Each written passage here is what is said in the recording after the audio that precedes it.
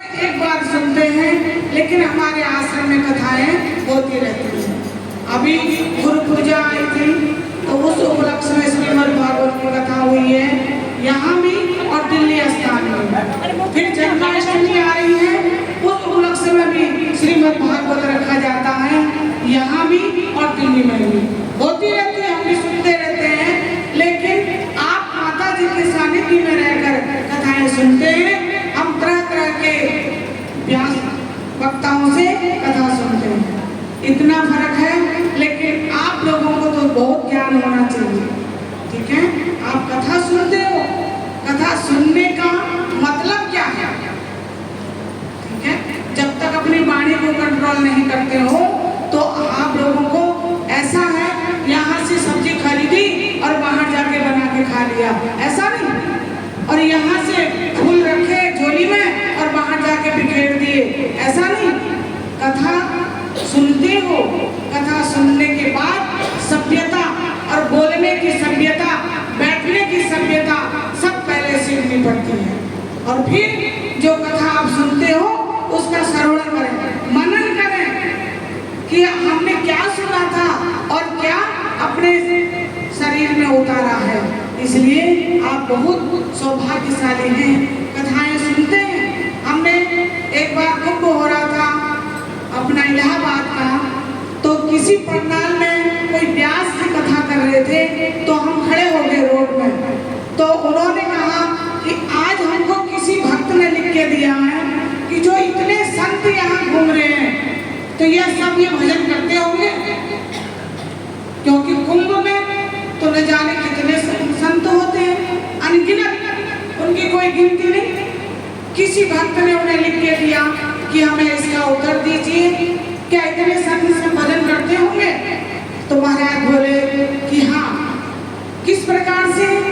जिस प्रकार से किसान खेती बोता है, खेती लगाता है और खेती में जानवरों का नुकसान होता है तो वो उसमें एक लकड़ी में आदमी के वस्त्र पहना के ताक देते हैं, आदमी बना के रख देंगे और उसके हाथ में बंदूक पकड़ रखी हो, ऐसा चित्र बना के रखते हैं ताकि खेत का नुकसान कोई जानवर ना कर सके। इसीलिए कई संत ऐसे हैं जो आश्रमों की रक्षा करते हैं।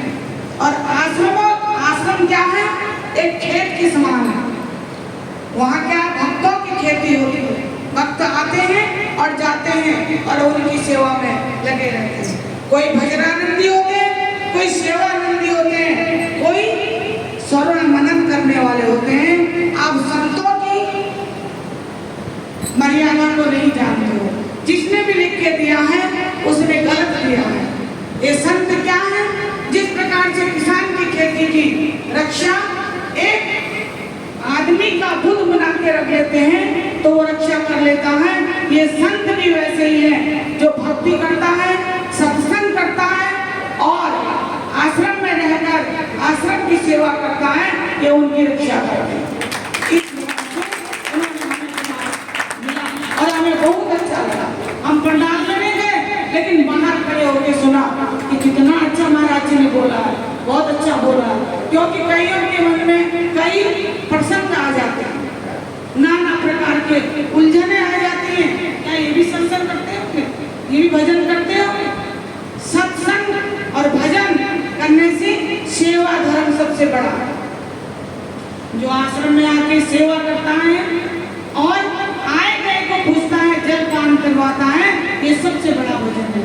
आप सभी लोग भाग्यशाली हैं, आपके ऊपर परमपिता परमात्मा की कृपा और आपके गुरु लोगों की कृपा अधिक है।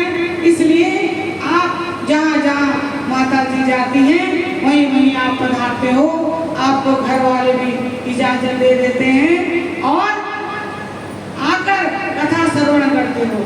आपकी यही लगन लगी रहे और गुरु महाराज के चरणों में प्रीति लगी रहे। जब से सतगुरु तुम हमारे हो गए, जब से सतगुरु तुम हमारे हो गए, मिल गई